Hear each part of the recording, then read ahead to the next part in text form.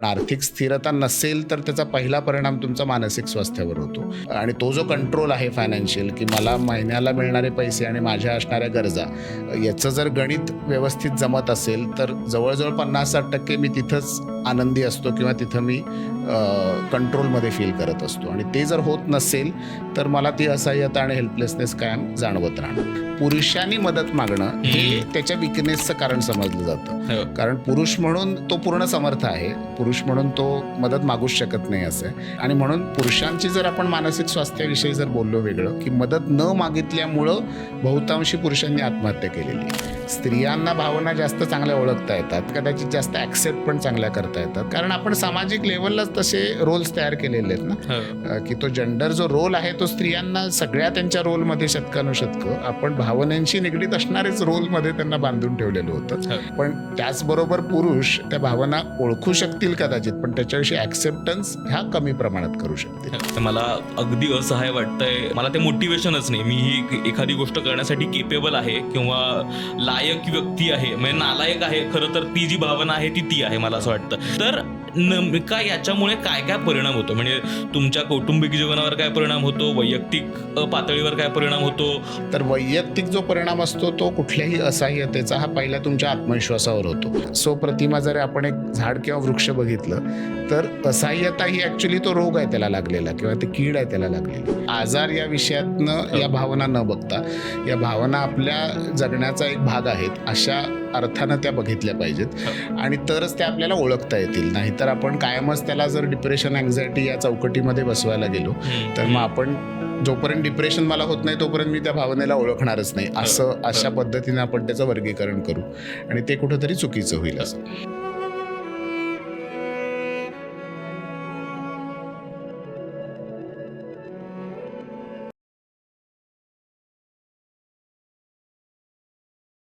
Hello नमस्कार, मी ओंकार जाधव आणि खुसफुसच्या या नवीन एपिसोडमध्ये तुमच्या सगळ्यांचं खूप स्वागत करतो.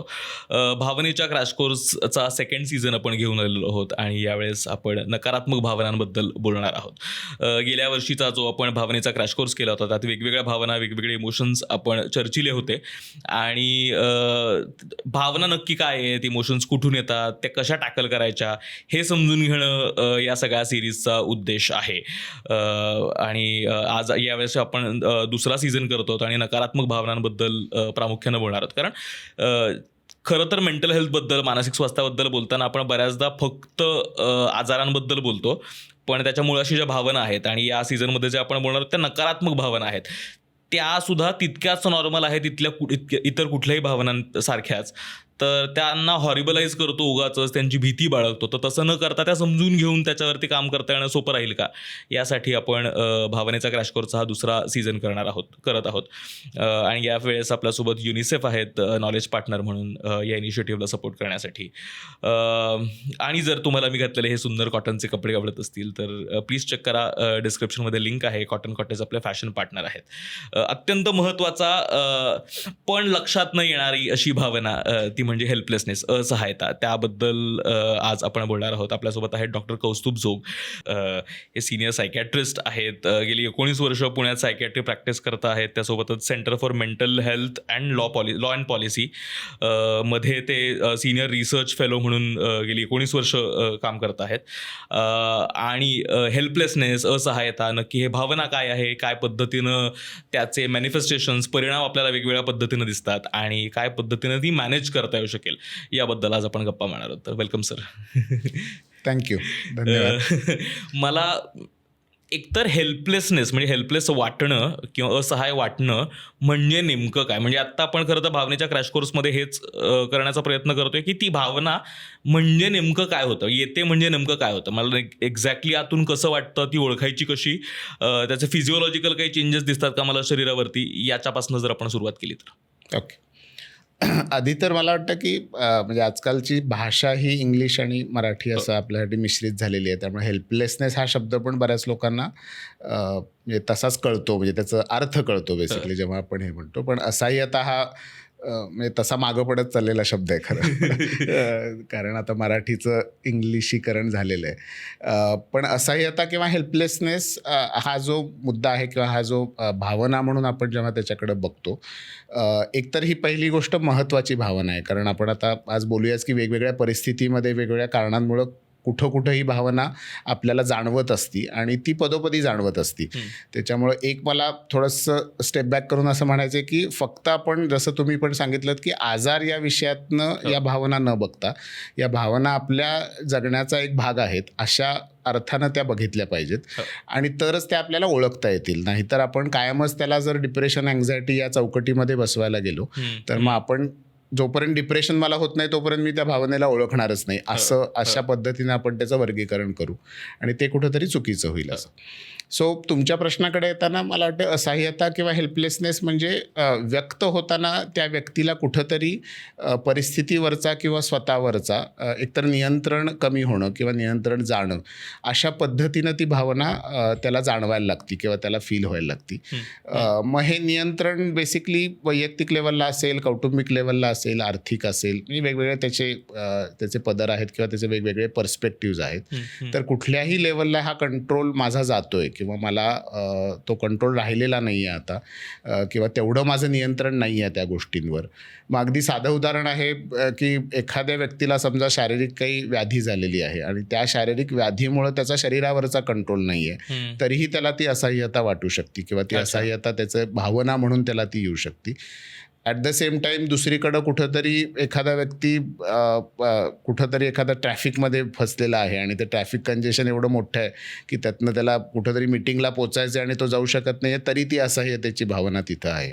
त्यामुळे असहाय्यतेच्या भावनेचा जो स्पेक्ट्रम आहे तो भरपूर वाईड आहे, सगळ्याच भावनांचा आहे, जे मला वाटतं तुम्ही बोलणार या एपिसोड्समधनं. पण ही भावना जी आहे ती पदोपदी बेसिकली आपल्याला त्याची काय म्हणतात जाणीव होत असती. ती जाणीव आपण करून घेणं महत्त्वाचं आहे.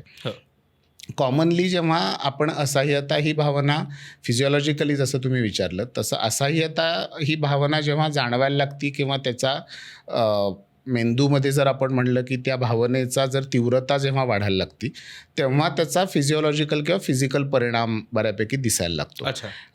आणि मग तो परिणाम हा वेगवेगळ्या पद्धतीनं लोक व्यक्त करतात. म्हणजे कॉमनली जे व्यक्त केलं जातं ते असतं की माझे हातपाय गळून गेले किंवा मला म्हणजे माझ्या शरीरामध्ये ताकद माझ्या उरलेली नाही आहे. कारण परत आता अजून एक गोष्ट सांगायची की आपल्या म्हणजे पर्टिक्युलरली भारतीय संस्कृतीमध्ये किंवा आपल्या समाजामध्ये जसं वेस्टर्न सोसायटीमध्ये मानसिक जी एक भाषा आहे ती बऱ्यापैकी सोफिस्टिकेटेड आहे. म्हणजे तिथं बोलताना कॉमनली लगेचच हेल्पलेसनेसची त्याच बुकिश जी म्हणजे पुस्तकात दिलेली डेफिनेशन आहे त्याच ह्याच्यात ती व्यक्ती पण ती भावना व्यक्त करू शकेल. आपल्या इथं भावना व्यक्त करणं हे शारीरिकदृष्ट्या भावना व्यक्त करणं हे फार एक प्रकारे समाजानं दिलेली त्याला मान्यता आहे. म्हणजे मोस्ट ऑफ द टाईम आम्ही ॲज अ सायकॅट्रिस्ट म्हणतो की डोकं दुखणं याच्यामागं 95% कारण हे मानसिक काहीतरी त्रास असतो. डोकं दुखतं हे फक्त त्याला समाजानं मान्यता दिली आहे. कारण मी उदास आहे असं म्हटलं की समाज त्याच्याकडं वेगळ्या दृष्टिकोनातनं बघतो, पण मी डोकं दुखतंय हे म्हटलं की माझी पाठ दुखते म्हटलं की समाज त्याला सहानुभूती देतो की जी सहानुभूती ह्याला मिळत नाही. सो कमिंग बॅक, हेल्पलेसनेस हा जो भाग आहे तिथं पण तसंच आहे. त्यामुळं व्यक्त होताना लोक माझे हातपाय गळून गेले, मला ताकद राहिली नाही, माझ्या काय म्हणतात की मला घरातनं बाहेर पडावंसं वाटत नाही आहे किंवा मला कुणाशी बोलावंसं वाटत नाही आहे किंवा मला फार गेले थकवा जाणवतोय, मी सकाळी उठलं की मला थकवा जाणवतो, मला कामावर जावंसं वाटत नाही. सो हे सगळे त्याचे फिजिकल किंवा बिहेवियरल ज्याला आम्ही म्हणतो ते मॅनिफेस्टेशन्स आहेत असं. आणि तशा पद्धतीनं मला वाटतं ती भावना ओळखावी. आता आपण भावना म्हणजे याची लक्षणं जर बघायला गेली ना तर ते बऱ्यापैकी डिप्रेशनकडे जाणारी जी लक्षणं असतात ना, म्हणजे तुम्हाला का हातपाय गळून गेल्यासारखे वाटतंय, तुम्हाला काहीच करण्याचा उत्साह वाटत नाहीये, तर त्यापासनं हे वेगळं आहे हे कसं ओळखता येऊ शकतं? सो आता थोडंसं डिप्रेशन जेव्हा आपण शब्द वापरतो ना तर दोन प्रकारे तो बघितला पाहिजे की कॉमन लँग्वेजमध्ये अनेक लोक मी आज डिप्रेस्ड आहे असं आपण म्हणतो, पण ती एक भावना व्यक्त करण्याची मला वाटतं एक लँग्वेज आहे किंवा ती भाषा आहे असं. पण जेव्हा आपण क्लिनिकली डिप्रेशन म्हणतो तेव्हा त्याला आपण एक आजार किंवा एक काहीतरी व्याधी या स्वरूपात बघतो. आणि हेल्पलेसनेस हा जेव्हा डिप्रेशनच्या स्वरूपात किंवा डिप्रेशनच्या चौकटीमध्ये आपल्याला बघायचं तेव्हा त्याची तीव्रता भरपूर वाढलेली आहे आणि त्याचं प्रोग्रेशन झालेलं आहे बेसिकली, किंवा ते एका काही काळासाठी ती भावना तुमच्यामध्ये राहिलेली आहे. मग तो काळ कमीत कमी 1-2 महिन्याचापासनं ते कदाचित 1-2 वर्षाचा पण असू शकेल. आणि मग तो तेवढा काळ ती भावना राहिल्यामुळं ती प्रोग्रेस झाली आहे. शेवटी कुठलीही भावना निगेटिव्ह असेल किंवा पॉझिटिव्ह असेल, ही भावना जर त्याचं सोल्युशन तुम्ही काढलं नाहीत तर ती भावना वाढत जाणार आहे. आणि ती भावना वाढली की त्याचं जसं तुम्ही म्हणाल तसं फिजिओलॉजिकल किंवा बाकी अनुषंगानं त्याचा परिणाम हा तुमच्यावर होणार आहे. आणि मग डिप्रेशनमध्ये ती भावना ही बेसिकली तीव्रता त्याची वाढायला लागती. त्याचा परिणाम तुमच्या शरीरावर, तुमच्या कामावर, तुमच्या नातेसंबंधांवर सगळीकडं तो परिणाम तुमचा दिसायला लागतो. आता आपण परिणामांबद्दल बोलत होतो ना, तर हेल्पलेसनेस आला म्हणजे मला अगदी असहाय वाटतंय, काहीच करावं असं वाटत नाही आहे, मला ते मोटिवेशनच नाही, मी ही एखादी गोष्ट करण्यासाठी केपेबल आहे किंवा लायक व्यक्ती आहे, म्हणजे नालायक आहे खरं तर ती जी भावना आहे ती आहे मला असं वाटतं. मग खरंच नालायक असल्यासारखं वाटण्याची भावना ती आहे. तर नेमका याच्यामुळे काय काय पद्धतीनं आणि वेगवेगळ्या अंगांवरती काय काय परिणाम होतो, म्हणजे तुमच्या कौटुंबिक जीवनावर काय परिणाम होतो, वैयक्तिक पातळीवर काय परिणाम होतो, वर्क स्पेसमध्ये काय परिणाम होतो, असे वेगवेगळ्या टप्प्यात जर आपल्याला हे बघता आलं काय परिणाम होतो या हेल्पलेसनेसमुळे. सो परिणाम जसं तुम्ही पण म्हणाल तसं सगळ्या अंगानं बघितला पाहिजे. आणि मे बी वैयक्तिक जर आपण पहिल्यांदा चालू केलं तर वैयक्तिक जो परिणाम असतो तो कुठल्याही असहाय्यतेचा हा पहिला तुमच्या आत्मविश्वासावर होतो.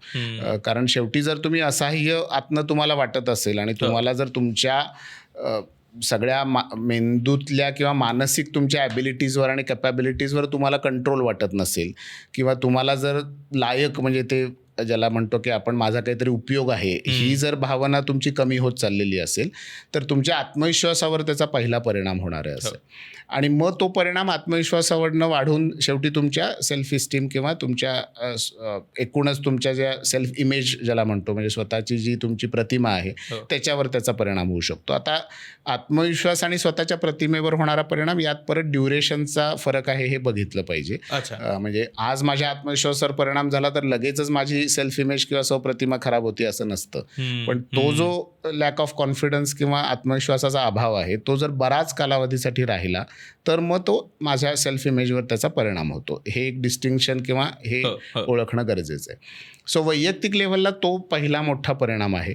हेल्पलेसनेसचा दुसरा मोठा परिणाम आहे असहाय्यतेचा, की माणूस कुठं ना कुठं तरी ज्याला आपण म्हणतो की कृतिशीलता किंवा क्रियाशीलता ज्याला आपण म्हणतो, मग ते व्यायाम करणं असेल, तुम्ही ॲक्टिव्हिटीज दिवसातल्या करणं असेल, कामावर जाणं असेल किंवा काही हेल्दी ॲक्टिव्हिटीज बाकी लोकांशी बोलणं असेल, तर असहाय्यतेमुळं इंडिव्हिज्युअल लेवलला मी हे थांबायला सुरुवात करतो किंवा ती व्यक्ती या सगळ्या गोष्टींपासून दूर जायला लागते. म्हणजे कुठंतरी तो ज्याला विड्रॉन इफेक्ट म्हणतात किंवा एकटेपणाकडे जाणं असेल किंवा एकटं राहणं असेल, अशा पद्धतीनं तो वैयक्तिक लेवलवर पहिला परिणाम होतो. आणि परत मी म्हटलं तसं जेवढं ड्युरेशन वाढत जाईल तेवढी त्याची तीव्रता वाढत जाईल, तेवढा त्याचा परिणाम वाढत जाईल असं. कौटुंबिक लेवलला बऱ्यापैकी मला वाटते परिणाम हा आणि मे बी दुसरा एक भावना याच्यातनं आपण बघायला पाहिजे ती म्हणजे येणारा चिडचिडेपणा किंवा वैताग ज्याला म्हणतात त्याला किंवा इरिटॅबिलिटी म्हणतो. तर असहाय्यतेमधनं अजून एक भावना आपल्याला बघायला लागेल ती म्हणजे बहुतांशी लोकांना असहाय्यता बेसिकली एकतर मान्य नसेल पहिली गोष्ट, किंवा असहाय्यता मला मान्य आहे पण मी त्याच्यातनं बाहेर पडू शकत नाही आहे. आणि मग यातनं येणारा जो फ्रस्ट्रेशन आहे किंवा यातनं येणारा जो त्रागा आहे तो मग चिडचिडेपणामधनं बाहेर पडणं हे कॉमन त्याचा एक सिम्पटम म्हणा किंवा त्याचं एक प्रतिबिंब म्हणू किंवा त्याचा परिणाम म्हणू, हा कौटुंबिक लेवलला दिसतो.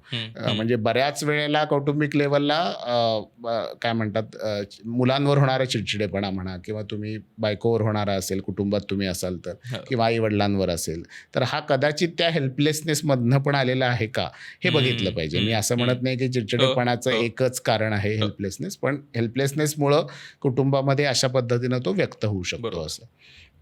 कामावर परिणाम तर अगदी म्हणजे क्लिअर कट आहे, कारण शेवटी असहाय्यता जर मला वाटत असेल, मला आत्मविश्वास कमी वाटत असेल, तर माझी निर्णय क्षमता कमी होणार. त्याच्यामुळं कामावर कुठलीही काम करणं, ते पूर्ण करणं, त्या कामामध्ये असणारी जी निर्णय क्षमता पाहिजे मला, की कुठले निर्णय घ्यायचेत, नाही घ्यायचेत, किंवा काय चांगलं आहे, काय वाईट आहे, इथपासनं माझा गोंधळ उडायला सुरुवात होऊ शकते किंवा मी त्या अवस्थेत जाऊ शकतो. हो. आणि मग त्याच्यामुळं कामावर आयदर तुमचा परफॉर्मन्स जो आहे तो खराब होईल, आणि दुसरं मी म्हटलं जसं कामावर जाण्यासाठी सुद्धा जो उत्साह आहे किंवा मोटिवेशन आहे ते पण तुमच्याकडे राहणार नाही.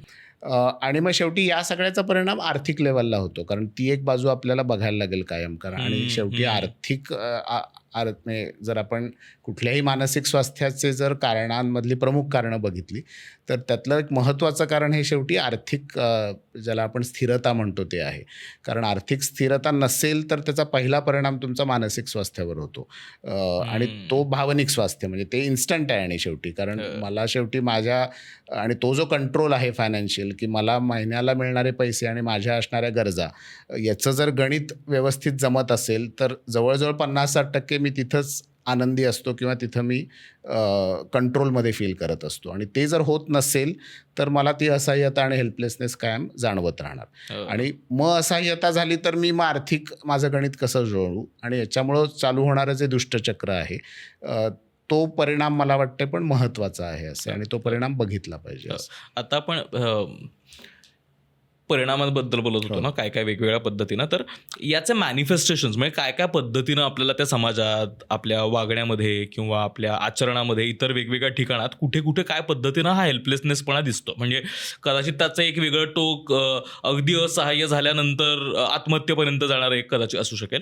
तसं आणखीन काय काय पद्धतीनं हे मॅनिफेस्टेशन त्याचं दिसतं, कारण आपल्याला तो कदाचित फक्त हेल्पलेसनेस असं एक इमोशन म्हणून कदाचित एक वेळ आत्ता दिसतोय, पण त्याचं काय पद्धतीनं एक वेगळं टोक जातं जे कदाचित तेव्हा लक्षातच येणार नाही. म्हणजे आत्ता हे हेल्पलेस वाटतं आहे, त्याच्यावरती काहीतरी काम केलं, ती भावना समजली आणि त्यातनं बाहेर पडणं, की या दुसऱ्या टोकांकडे जाणार. तर काय काय पद्धतीनं त्याचे मॅनिफेस्टेशन्स आपल्याला बघायला मिळतात? चांगला प्रश्न आहे हा, कारण याचे मॅनिफेस्टेशन्स बघताना परत आपण फक्त ती भावना म्हणून नाही बघितली पाहिजेत. आणि अनेक वेळेला मॅनिफेस्टेशन्स, त्याच्याविषयी बोलूया, पण मॅनिफेस्टेशनमधनं ॲक्च्युली लोकांना किंवा तुमच्या अवतीभोवतीच्या लोकांना हे ओळखता आलं पाहिजे की अरे कदाचित या मॅनिफेस्टेशनच्या मागं भावना ही काहीतरी वेगळी असू शकते असं आहे. आणि म्हणून मग पहिली गोष्ट आत्महत्येविषयी मी बोलतोच, पण त्याच्या आधी मला वाटतं व्यसन ही जी गोष्ट आहे ती कॉमनली किंवा ती अगदी कॉमनली आपण बघतो. आणि पर्टिक्युलरली आता भारतीय कल्चरमध्ये पुरुषांमध्ये जेव्हा असहाय्यता ही भावना जास्त वाढीस लागती, तेव्हा दारू आता हे कॉमनली अवेलेबल आणि ॲक्सेप्टेड व्यसन आहे. त्याच्यामुळं दारूकडं जाणं हे असहाय्यतेमधनं दारूकडं जाणं किंवा दारू ही एक प्रकारे त्या असहाय्यतेची ट्रीटमेंट म्हणून बघणं हे कॉमन फॅक्टर आहे. आणि लोक ऑब्व्हियसली या दारूचा सहारा का घेतात, कारण दारू शेवटी काही काळाकरता तुम्हाला त्या भावनेतनं मुक्त करते किंवा त्याला नमनेस ज्याला म्हणतो किंवा बधिरता जे म्हणतो, ती दारू काही काळात 3 तास 4 तास 8 तास जे काय असतील त्या वेळासाठी ती नमनेस तुम्हाला येतो किंवा तुम्हाला बधिरता येते आणि ती भावना तुम्हाला बेसिकली जाणवतच नाही असं. आणि तो एक मॅनिफेस्टेशन मला वाटतं कॉमन आहे. ऑब्व्हियसली ते मॅनिफेस्टेशन बरोबर नाही आहे, कारण आपल्याला माहिती आहे की दारू ही शेवटी असहाय्यता अजून वाढवणार आहे. कारण दारूमुळं तुमच्या मेंदूवर होणारा परिणाम, दारूमुळं तुमच्या आर्थिकतेवर होणारा परिणाम, दारूमुळं तुमच्या नातेसंबंधांवर होणारा परिणाम, या सगळ्यातनं ॲक्च्युली ती असहाय्यता वाढणारच आहे. म्हणजे ती असहाय्यता कुठल्याही अँगलनं कमी होणार नाही आहे असं आहे. पण दुर्दैवानं तरी लोक दारू पिणं हे त्याचं एक मॅनिफेस्टेशन उपाय म्हणून म्हणा किंवा त्याचं असहाय्यता आहे म्हणून मी दारू पितो, या अशा पद्धतीनं दारूकडं. आणि आपल्याकडे दारूला तितकी सोशल एक्सेप्टन्स आहे ना, म्हणजे मित्रांमध्ये नाही बरं नाही वाटत ते म्हटल्यानंतर चल रे दारू प्यायला, या पद्धतीनं इतकं कॉमन आणि सोशली एक्सेप्टेड वागणं आहे ते. एक्झॅक्टली. त्याचे ट्रिगर पॉईंट्स वेगळे असतील, पण त्याचं मॅनिफेस्टेशन जास्त दारू पिण्याकडे होतं. आणि जास्त दारू पिणं हा प्रॉब्लेम नसून ॲक्च्युली हेल्पलेसनेस किंवा असहाय्यता हा प्रॉब्लेम आहे. आणि जोपर्यंत तो हेल्पलेसनेस ॲड्रेस केला जाणार नाही तोपर्यंत तुम्ही दारूविषयी बोलून नुसता फायदा होणार नाही किंवा व्यसनावर नुसतं काम करून त्याचा फायदा होणार नाही असं. सो हे एक महत्त्वाचं मॅनिफेस्टेशन आहे. दुसरं जसं तुम्ही म्हणालात तसा आत्महत्या हा जो भाग आहे तो मला वाटते महत्त्वाचा आहे. आणि म्हणजे आत्महत्या ॲज अ मॅनिफेस्टेशन जेव्हा आपण बघतो, कारण असहाय्यता मी जसं म्हटलं तसं वेगवेगळ्या कारणातून असहाय्यता आलेली असती, की ती वैयक्तिक कारणं असतील, कौटुंबिक कारणं असतील, आर्थिक असतील, सामाजिक असतील, आणि अशा वेगवेगळ्या कारणांमधनं असहाय्यता आलेली आहे. आणि जर असहाय्यता ही संपणारीच नसेल, म्हणजे आता समजा एखादं कर्ज माझ्या डोक्यावर आहे आणि ते कर्ज माझं मी जेवढे पैसे मिळवतोय मला कळतंय की ते कर्ज न संपणारं आहे आणि परत मग त्या कर्जाची व्याज वाढतच चाललेलं आहे, ज्याच्यामुळं माझ्या मी गरजा भागवत नाही आहे. ही जर एक आपण परिस्थिती जर इमॅजिन करून बघितली तर कालांतरानं असं होणार आहे की ती असहाय्यता वाढत जाणार. ती असहाय्यता वाढत गेल्यावर दुसरं एक जी भावना आहे जी महत्त्वाची आहे त्याच्या अनुषंगानं, या हेल्पलेसनेसच्या अनुषंगानं येणारी, ती म्हणजे होपलेसनेस आहे. आणि होपलेसनेस आणि हेल्पलेसनेस हे जे कॉम्बिनेशन आहे हे काय म्हणतात त्याला, म्हणजे हे भयानकच कॉम्बिनेशन आहे, कारण ते मग शेवटी आत्महत्येच्या तुमच्या विचारांकडं तुम्हाला न्यायला सुरुवात करतं. आत्महत्येची भावना आणि विचार, म्हणजे आत्महत्येची अशी वेगळी भावना नाही आहे बेसिकली. आत्महत्येची जर भावना तुम्ही म्हणालात तर मग ती हेल्पलेसनेस आणि होपलेसनेसकडंच ती भावना आहे. होपलेसनेस जास्त जवळ समजला जातो आत्महत्येच्या भावनेच्या ह्याला. आत्महत्या ही या भावनांमधनं येणारे विचार हे शेवटी आत्महत्या आहे. म्हणजे जेव्हा मला असहाय्य फार वाटायला लागतं, जेव्हा मला निराश वाटायला लागतं, जेव्हा मला कळतं की माझा पुढचा रस्ता पूर्ण बंद झालेला आहे, मला पूर्ण पुढं एक भिंत दिसतीये किंवा काळा पडदा दिसतोय, अशा वेगवेगळ्या पद्धतीनं लोक हे व्यक्त करतात, तेव्हा मग आत्महत्या किंवा मला स्वतःचं आयुष्य संपवणं हे मला जास्त काय म्हणतात अप्रोप्रिएट किंवा जास्त बरोबर वाटू शकतं. कारण याचं सोल्युशन माझ्या असहाय्यतेचं किंवा माझ्या निराशेचं, होपलेसनेसचं काही निघत नसतं असं. आणि म्हणून माणूस आत्महत्येचा विचार करायला लागतो. परत आत्महत्येचा विचार करायला लागल्यावर लगेचच माणूस आत्महत्या करतो असं नाही आहे, म्हणजे ते मॅनिफेस्टेशन लगेच येईल असं नाही आहे. त्यामुळे आत्महत्याचा विचार आल्यापासून तो आत्महत्या करणं याच्यात सुद्धा काही काळ जातो किंवा काही काळ असू शकतो असं आहे. हे बोलताना याच वाक्यामध्ये मी हे पण म्हणेन की भारतामध्ये जे आपल्याकडं जो डेटा आहे किंवा जो एव्हिडन्स आहे त्याच्यामध्ये असं पण दिसलेलं आहे की हे ड्युरेशन अनेक वेळेला कमी आहे. आणि ते कमी म्हणजे थोडक्यात त्याला टेक्निकल वर्ड इम्पल्सिव्हिटी वापरतात, की अनेक वेळेला आत्महत्या या मला असहाय्यता आत्ता जाणवली आणि ती असहाय्यता एवढी जास्त आहे की मी ती असहाय्यता सहन करू शकत नाही, मी म्हणून आत्महत्या करीन आणि आत्महत्या मी करतो. ही जी एक प्रोसेस आहे ही अनेक वेळेला काही तासांमध्ये आणि काही दिवसांमध्ये पण भारतामध्ये होताना दिसते असं आहे. आणि मग त्याची एक्झाम्पल्स आहेत, म्हणजे कॉमनेस्ट एक्झाम्पल आहे ते म्हणजे तरुण वयोगटात जे एक्झाम रिलेटेड फेल्युअर्स आहेत ती, की म्हणजे एक्झाम मला फेल झाली आणि मी असहाय्य झालो, कारण मला आता एक्झाम फेल झाली तर माझं आयुष्य संपलं बेसिकली आणि मी काहीच करू शकत नाही आणि मग मी आत्महत्या करतो. आणि हे कॉमन आपण आपल्या इथं 10वी-12वी नंतर फेल झाल्यावर ही जी, आणि परत त्याच्यामागं भावना तुम्ही बघितलीत तर ही असहाय्य आणि होपलेस, म्हणजे तो जो कंट्रोल किंवा माझ्याकडं आता काही उरलेलं नाही आहे, जर मी 10वी झाली नाही तर माझं आयुष्य हे आयुष्यात काही एक म्हणजे काय म्हणतो अर्थ उरलेला नाही, संपलेलं आहे आणि म्हणून आत्महत्या होणं. सो हा दुसरा भाग पण बेसिकली इम्पल्सिव्हिटीचा आपण बघितला पाहिजे, किंवा आपण या पद्धतीच्या पण आत्महत्या असहाय्यतेमुळे होऊ शकतात ह्या बघितल्या पाहिजेत. किंवा दुसरं एकच उदाहरण सांगतो की शेतकऱ्यांच्या आत्महत्या. आता जसं विदर्भातला, महाराष्ट्रात हा विषय चर्चेला जातो, तर शेतकऱ्यांच्या आत्महत्या यासुद्धा अशा फार अति असहाय्यतेमुळे होतात का, तर होत असतील. म्हणजे काही शेतकरी अनेक वर्ष या असहाय्यतेमधनं जात असतील, आर्थिक विवंचनेतनं जात असतील आणि आत्महत्या करत असतील. पण अनेक शेतकरी हे असहाय्यतेची भावना किंवा निराशेची भावना झाल्या लगेचच आत्महत्या करतात असं. आणि ती भावना शेवटी आर्थिकतेतनं येते किंवा आर्थिक त्रासातून येते असं आहे. म्हणजे तिथं मला याच्यात डिस्टिंक्शन एवढंच करायचं आहे की जे पहिला भाग आपण बोलतोय, जेव्हा जास्त काळ असहाय्यता राहते तेव्हा त्याचं रूपांतर कुठंतरी डिप्रेशनमध्ये होतं आणि मग डिप्रेशनमधनं येणारी आत्महत्या ही एक विचार किंवा भावना आहे. पण दुसऱ्या या केसेसमध्ये किंवा दुसऱ्या हा जो ग्रुप आहे तिथं कदाचित डिप्रेशन नाहीच आहे असं आहे, पण ते मॅनिफेस्टेशनच डायरेक्ट आत्महत्या म्हणून होते.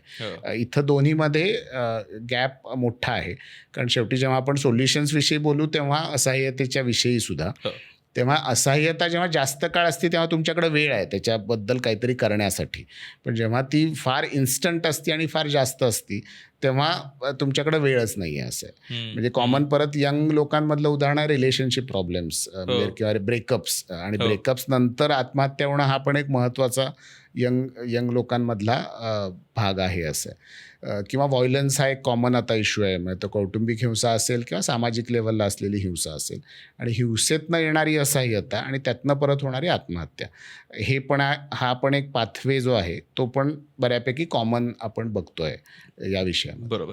आता आपण हेल्पलेसनेसबद्दल बोलतोय, तर किती कॉमन भावना आहे, आणि आपण ज्यावेळेस म्हणतो ही बराच काळ राहते, तसं आपल्याला जसं माहिती आहे की रागाबद्दल की 5 मिनटं थांब आणि मग तुझा राग निघून जाईल. हां, म्हणजे आपल्याला एखाद्या गोष्टीबद्दल वाईट वाटतं आहे, एक चक्कर मारून ये आणि कदाचित त्या भावनेतनं आपण बाहेर पडू.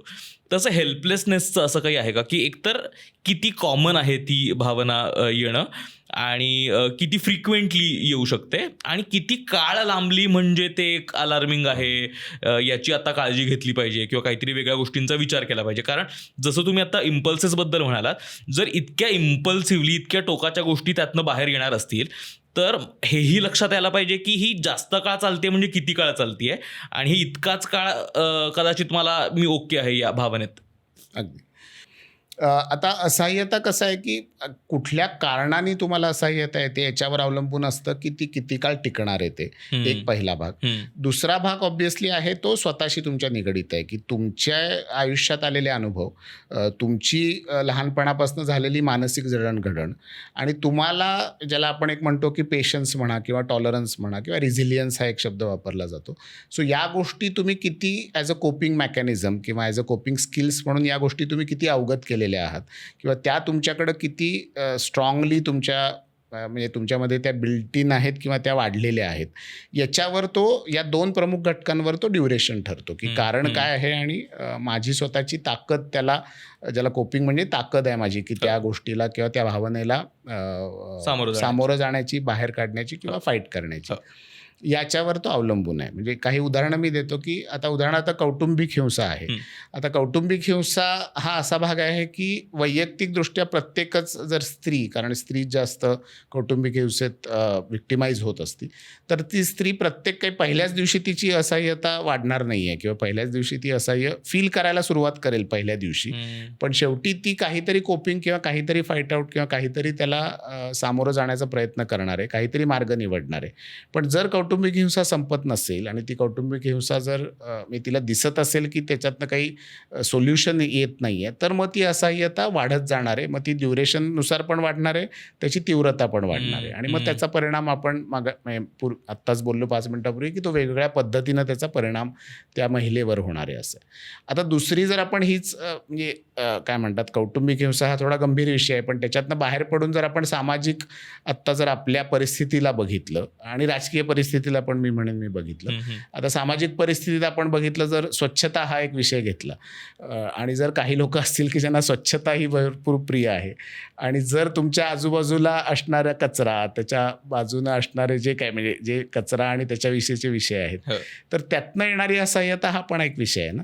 आणि मग ती असहाय्यता तुम्ही काहीच करू शकत नाही, म्हणजे अनलेस अँड अंटिल तुमचे जे काही तिथली जी काय म्हणा क्षेत्रीय कार्यालय आहे किंवा तुमचं सरकार आहे किंवा जी कोणी व्यक्ती आहेत, ते आयदर तुम्ही ते केलं पाहिजे ॲज हे म्हणून, किंवा कुणाला तरी दुसऱ्याला तुम्ही करायला प्रवृत्त केलं पाहिजे. ट्रॅफिक हे दुसरं कॉमन एक्झाम्पल आहे. म्हणजे आजकाल आमच्या प्रॅक्टिसमध्ये पण आम्ही कॉमनेस्ट हे चिडचिडेपणाचं पण आणि असहाय्यतेचंपणाचं पण, हे दोन्ही जे फिलिंग्स, ट्रॅफिक जॅम्स आणि लागणारा वेळ, यातनं निर्माण होणारी असहाय्यता, आणि मी ते सोडवू न शकणं, म्हणजे मला एका ठिकाणी पोचायचं आहे आणि मला पोचायला ट्रॅफिक जॅममुळं मला पोचता आलं नाही, किंवा ट्रॅफिक जॅममध्ये मी काही तास अडकलो आणि त्यातनं होणारे परिणाम.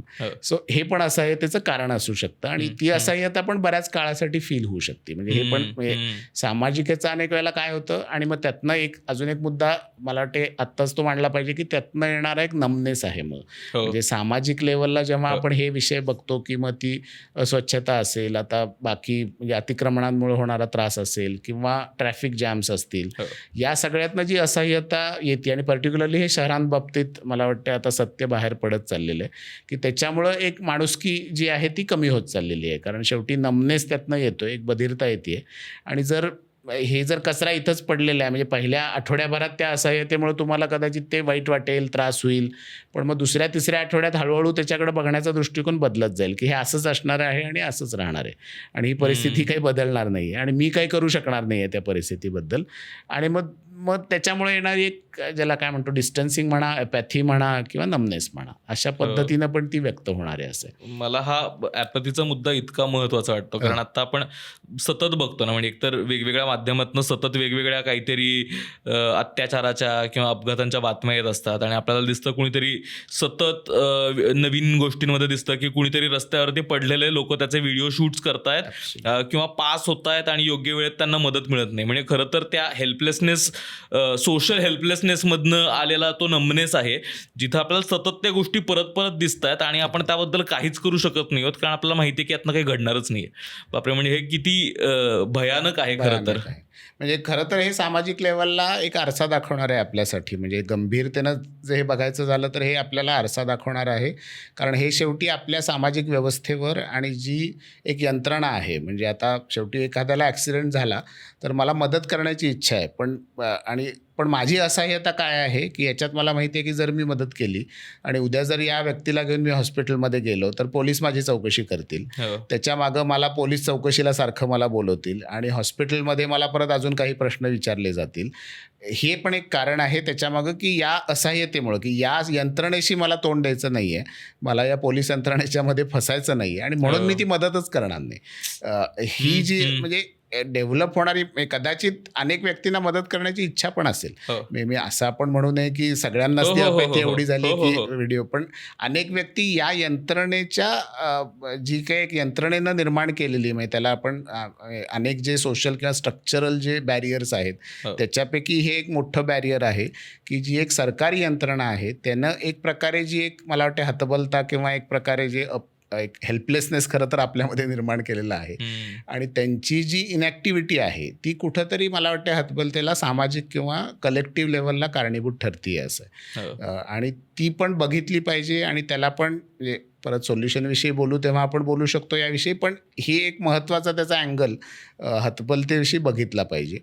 कारण जसं तुम्ही म्हणाल की हिंसा हा जो भाग आहे ना तो सुद्धा त्या हतबलतेतनं आलेला आहे. म्हणजे अनेक जर ॲक्सिडेंटच्या, फॉर एक्झाम्पल ट्रॅफिक ॲक्सिडेंटच्या जर आपण अनेक केसेस बघितल्या तर त्याच्यात अनेक वेळेला की पर्टिक्युलरली जी लोक जे चालक आहेत जे अनेक समजा ट्रक्स आहेत किंवा आहेत जे अनेक वर्षानुवर्ष चालवतात, आता त्यांना पेशन्स हा भाग इतका मोठा आहे. ट्रॅफिक जर त्यांना दिवसभर चालवायचं असेल आणि जर हे ट्रॅफिक जॅम्स, जर रस्त्याची असलेली दुर्दशा, यातनं येणारं जे फ्रस्ट्रेशन आहे तर त्यातनं पण अनेक वेळेला ॲक्सिडेंट घडू शकतात. कारण त्या इतकं मी असहाय्य की त्याचा परत मी मगाशी सुरुवातीला म्हटलं तसं रागामध्ये रूपांतर होणं आणि त्या रागातनं मी गाडी फास्ट चालवणं आणि की मला ते मग भानच न राहणं की मी काय करतोय ते, आणि मग त्यातनं ॲक्सिडेंट होणं, हे पण एक महत्त्वाचं त्यातलं कारण आहे असं. बापरे, आता तुम्ही ते म्हटलात ना की त्याचं वेगळ्या भावनांमध्ये सुद्धा रूपांतर होणं, म्हणजे मला हा मुद्दा फार इंटरेस्टिंग वाटतो हेल्पलेसनेसबद्दलचा. म्हणजे यातनं या पद्धतीनं होतं का मला समजून घ्यायला आवडेल की आत्ता इतकं हतबल वाटतं आहे, त्यात काहीच करू शकत नाही आणि त्याच्यामुळे भयानक वेगळ्या पद्धतीचं जे इम्पल्सिव्हली काही ॲक्शन घेतली जाणं याचं प्रमाण हतबलतेमधनं कितपत होतं आणि मग यात काहीही पद्धतीचं म्हणजे जसं अपघात आहेत किंवा मग काय कुणावरती अत्याचार करणं असो पासून काहीही वेगळ्या पद्धतीनं त्याचं मॅनिफेस्टेशन दिसू शकतात, तर त्याचं प्रमाण असं कितपत पद्धतीनं बघायला मिळू शकतं या भावनेमधनं होणारं? म्हणजे आता डेटा तर माझ्याकडे आता असा पर्सेंटेजमध्ये नाही, पण अनुभवातनं मी सांगू शकतो की त्याचं प्रमाण भरपूर आहे. असं आहे हतबलता आणि त्याचा होणारा परिणाम हे जेव्हा जेव्हा मी आठवतो ना तेव्हा एका मीडियाच्या ह्याच्यात तर फिल्मच्या दृष्टिकोनातनं बघायचं झालं तर मला डोंबिवली फास्ट नेहमी आठवतो. असं की त्यातल्या ज्या तो जो कॅरेक्टर आहे त्याचं वर्णन त्या हतबलतेतनंच आलेलं आहे की सामाजिक व्यवस्था ज्या पद्धतीनं त्या व्यक्तीला ट्रीट करत असती, मग ते लोकलमधनं जाण्यापासनं ते म्हणजे त्यांचं जे चित्रीकरण किंवा ती जी स्टोरी आहे ना ती अगदी टिपिकली हतबलता, आणि मग हतबलता सहन करून जेव्हा तुमची सहनशक्ती संपती तेव्हा मग एखादा व्यक्ती व्हायलन्सचा मार्ग घेतो. ऑब्व्हियसली तो बरोबर आहे असं मी म्हणत नाही आहे, पण त्याचा एक जे प्रश्न जो तुमचा आहे की तो परिणाम अशा पद्धतीनं पण जाऊ शकतो की उद्या व्यक्ती व्हायलंट होऊ शकतो, त्याच्या हिंसेमध्ये रूपांतर होऊ शकतं, जसं तुम्ही म्हणाल तसं अत्याचारामध्ये रूपांतर होऊ शकतं. म्हणजे आता कॉमन दुसरा जर पाथवे आपण जर वेगळा विषय बघितला क्रिमिनल सायकॉलॉजीचा, तर अनेक क्रिमिनल्सला जेव्हा परत त्याच्यावर अभ्यास झालेला आहे की अनेक क्रिमिनल्सला जेव्हा विचारलं गेलेलं आहे की तुम्ही या गोष्टी का केल्यात, तर शेवटी त्या कुठंतरी गरिबी या असहाय्यतेमधनं आलेल्याच त्या गोष्टी आहेत अनेक वेळेला. म्हणजे कुणीही मजा म्हणून चोरी करत नाही किंवा कुणीही मजा म्हणून काय म्हणतात दुसऱ्यांच्या घरी जाऊन लूट करत नाही. कुठंतरी ती गरिबी ही एक एक काय म्हणतात एक स्ट्रक्चरल प्रॉब्लेम निर्माण झालेला आहे आपल्या समाजामध्ये. बरोबर. आणि ती गरिबीतनं आलेली जी असहाय्यता आहे ती असहाय्यता दूर करण्यासाठी मग मला चोरी करणं भाग आहे असं आहे. त्यामुळं तो भाग आपण त्या अँगलनं पण असहाय्यता ही बघितली पाहिजे जेव्हा आपण सामाजिक लेवलला बोलतोय. बरोबर. किंवा आता कॉमनेस्ट एक्झाम्पल आहे म्हणजे सेक्स वर्कर्सचं. जर तुम्ही सेक्स वर्कर्सला विचारलं तर कुठलेही सेक्स वर्कर तुम्हाला सांगणार नाहीये की मी स्वतःच्या मर्जीनं या प्रोफेशनमध्ये आलेले आहे. कुठल्या तरी असहाय्यतेमधनंच त्या प्रोफेशनमध्ये आलेले आहेत. बरोबर. मग तिथं ती असहाय्यता पूर्णपणे वेगळा अँगल आहे तो. म्हणजे तो असहाय्यता ही काही त्या व्यक्तीनं निर्माण केलेली नाही आहे, पण ती दुर्दैवानं आपण म्हणजे एक समाजानं ती निर्माण केलेली असहाय्यता आहे. आणि त्याचे परिणाम मग मी हे का बोलतोय कारण त्याचे परिणाम मग वेगवेगळे आहेत. सो शेवटी उद्या सेक्स वर्कर असेल, क्रिमिनल एखादा असेल, यांचे त्यांच्यावर होणारे परिणाम आणि त्याचे समाजावर होणारे परिणाम हे परत आपण बघितले पाहिजेत. म्हणून असहाय्यता हा असा विषय आहे ना की तो इतक्या वेगवेगळ्या अंगानं तो आपल्याला बघायला लागेल. बरोबर. आता आपण मला एक हेल्पलेसनेसबद्दल ज्यावेळेस आपण बोलतो, मला त्यात हेल्प म्हणजे मदत हा जो शब्द आहे, ज्यावेळेस हेल्पलेसनेस वाटतं म्हणजे मला स्वतःला, मी तो व्यक्ती आहे की मला मदत मागणं ना, मी कचरतो मदत मागायला. मला असं वाटतं की नाही आपण आपलं स्वतःच्या गोष्टी केल्या पाहिजेत आणि आपण स्वतःला पुश करू त्या गोष्टी करण्यासाठी. पण हेल्पलेसनेसमध्येच हेल्पलेस असणं म्हणजे खरं तर मदत मागणं किंवा मदत देणं हा माणसाचा मूळ स्वभाव आहे का? म्हणजे खरं तर त्याच्या भोवतीच या सगळ्या गोष्टी फील करतायत ना, म्हणजे फिरतायत की मला स्वतःला मदत करता येत नाहीये किंवा त्या परिस्थितीमध्ये मला मदत मिळत नाहीये किंवा मला मदत नाहीये. तर मदत करणं, मदत मिळवणं, मदत असणं हा स्वभावाचा आणि माणूस म्हणून जी कम्युनिटी आपण तयार केली आहे त्याचा किती महत्त्वाचा भाग आहे?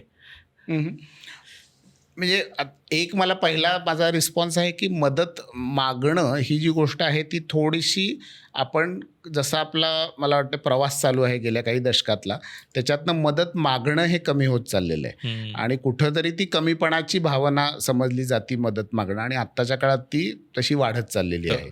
आणि एक नॅरेटिव्ह पूर्वीपासून आहे की पुरुषांमध्ये, आणि परत पुरुषसत्ताक म्हणजे हे सांगणं गरजेचं आहे की पुरुषसत्ताक संस्कृतीमध्ये पुरुषांनी मदत मागणं हे त्याच्या विकनेसचं कारण समजलं जातं. कारण पुरुष म्हणून तो पूर्ण समर्थ आहे, पुरुष म्हणून तो मदत मागूच शकत नाही असं आहे. आणि त्यानं जर मग कुठलीही असेल की, आणि म्हणून पुरुषांची जर आपण मानसिक स्वास्थ्याविषयी जर बोललो वेगळं किंवा पुरुषांच्या आत्महत्येविषयी बोललो तर तिथं हे कॉमनली दिसतं आणि त्याचा एक कॉमन फॅक्टर आहे की मदत न मागितल्यामुळं बहुतांशी पुरुषांनी आत्महत्या केलेली आहे. आणि मदत मागणं हे माझ्या काय म्हणतात कमीपणाची एक लक्षण समजलं जातं. वाईस वर्सा तेच आपण समाजात जर बघितलं की महिला म्हणजे आता बायनरीत मी बोलतोय पण जेंडरच्या दृष्टिकोनातनं महिला हा जर आपण भाग बघितला तर तिथं महिलांना मदत घेणं हे तेवढं अपमानास्पद किंवा तेवढं कमीपणाचं वाटत नाही. कारण ॲज अ समाज म्हणून आपण ती एक सँक्शन केलेली आहे की महिला या थोड्याशा वीक आहेत आणि त्यांनी मदत घेतलं तरी चालू शकेल. आणि त्यामुळं तो एक भाग आपण त्या जेंडर या अँगलनं पण किंवा त्या सामाजिक ह्यानं पण बघितला पाहिजे आणि मानसिक स्वास्थ्याच्या ह्यानं पण बघितला पाहिजे. त्याच्यामुळे मला असं वाटतं की कुठंतरी मदत मागणं ना हे कमी होत चाललेलं आहे. आता जो दुसरा त्याचा अँगल आहे की म्हणजे जसं डिमांड आणि सप्लाय म्हणतो आपण तसं की मदत अवेलेबल आहे का, तर खरं तर मदत अवेलेबल आहे. कारण जर तुम्ही बघितलं तर आपण एक सोशल ॲनिमल आहोत. त्यामुळं माझं कुटुंब आहे, माझ्या स्वतःचे आईवडील आहेत किंवा आईवडील नसतील मित्रपरिवार आहे किंवा जिथं मी राहतो, जिथं मी काम करतो, तिथं प्रत्येक ठिकाणी मी काहीतरी एक नेटवर्क इस्टॅब्लिश करतोच आहे. मग ते फॉर्मल नेटवर्क असेल, इन्फॉर्मल असेल, प्रोफेशनल असेल, कशाही पद्धतीचं असेल, पण काहीतरी एक नेटवर्क आहे असं. आणि त्या नेटवर्कमध्ये असं असूच शकत नाही की सगळ्या व्यक्ती तुम्हाला मदत करणारच नाहीत असं. म्हणजे कुणी ना कुणीतरी व्यक्ती असणार आहे की ती मदत तुम्हाला करू शकेल.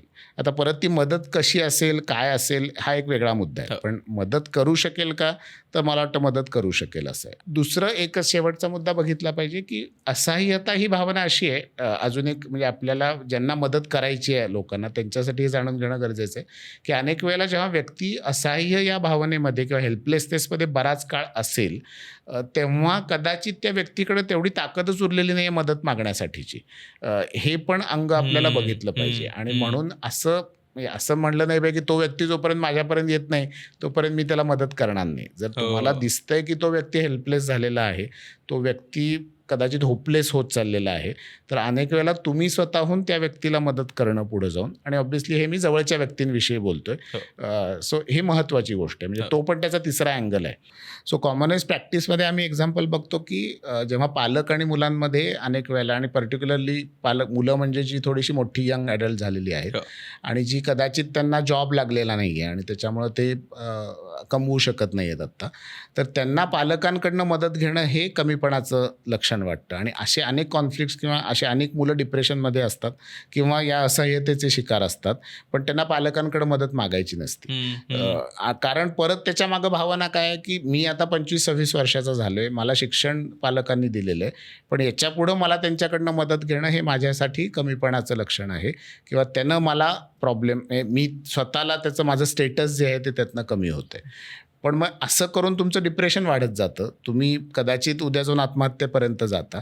त्याच्यापेक्षा तुम्ही जर 2 वर्ष तुमच्या किंवा 1 वर्ष पालकांकडनं आर्थिक मदत घेतलीत तर कदाचित हे प्रश्न सुटू शकेल असं. सो असे हे वेगवेगळे, त्या मदत हा जो गोष्ट आहे अगदी बरोबर आहे की त्या हेल्प हा जो शब्द आहे या हेल्पलेसनेसमध्ये तो फार महत्त्वाचा आहे असं. आणि हा तिन्ही अँगलनं आपण जसं बोललो तो बघितला गेला.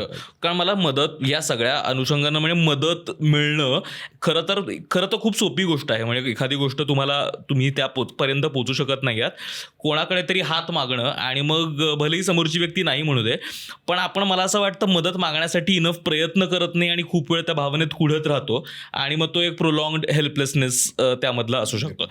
आता आपण जर याच्यावरती काय पद्धतीनं हे कसं मॅनेज करता येऊ शकते याकडे आता जर जाऊ शकलो तर, की आता जाणवतंय मला, म्हणजे आता हे तर लक्षात येतं आहे की कदाचित ही हेल्पलेसनेसची भावना, असहायता, हतबलता आहे मला आत्ता, आणि ही काही काळ आहे आत्ता, मला आता दिसत आहेत की हे समोरचे ऑब्स्टॅकल्स आहेत आत्ता, तर काय पद्धतीनं ती हतबलता मी मॅनेज करू शकतो?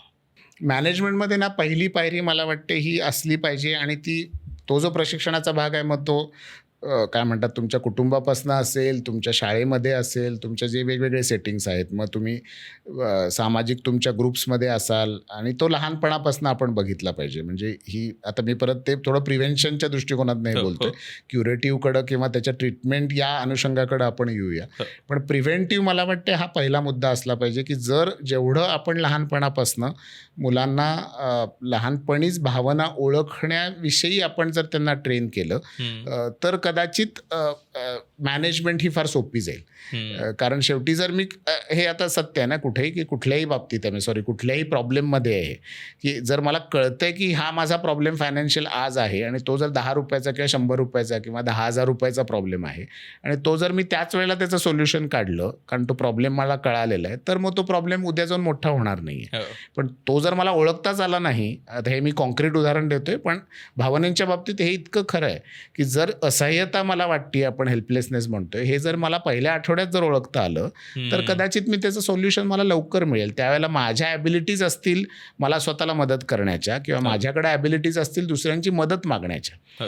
हेच जर मला ओळखताच आलं नाही आणि 2-3 महिने मी त्या भावनेमध्येच राहिलो तर त्याचे मॅनिफेस्टेशन्स आपण बघितलेले आहेत. ते मॅनिफेस्टेशन्स होत राहतील की ज्यातनं माझी मदत मागण्याची क्षमता पण कमी होईल आणि कदाचित माझी मदत घेण्याची क्षमता पण कमी होत जाईल. आणि त्याच्यामुळं परत मुद्दा मी म्हणजे काय म्हणतात रिएट्रेट करतो की भावना ओळखणं आणि भावना म्हणजे हेल्पलेसनेस ही भावनेच्या दृष्टिकोनात आज आपण बोलतोय, ती ओळखणं ही मॅनेजमेंटची पहिली पायरी आहे. सॉरी, पण मला त्यातच एक आता ओळखण्यामध्ये मला असं वाटतं तरीही त्या भावनेपर्यंत पोचणं ना हा पण एक प्रवास असू शकतो. म्हणजे मला कदाचित ती अंडरलाईंग हतबलता माहीत आहे, पण मला ती मान्य करण्यापर्यंतचा जो प्रवास आहे ना त्यात कदाचित, म्हणजे मला माहीत आहे पण मी सतत त्या भावनेपासून लांब राहतो आहे, त्यापासून पळतो आहे, वेगवेगळ्या अर्थाने वेगवेगळे सतत ऑक्युपाय ठेवतो आहे मेंदूला स्वतःला, आणि ती भावना स्वीकारत नाहीये.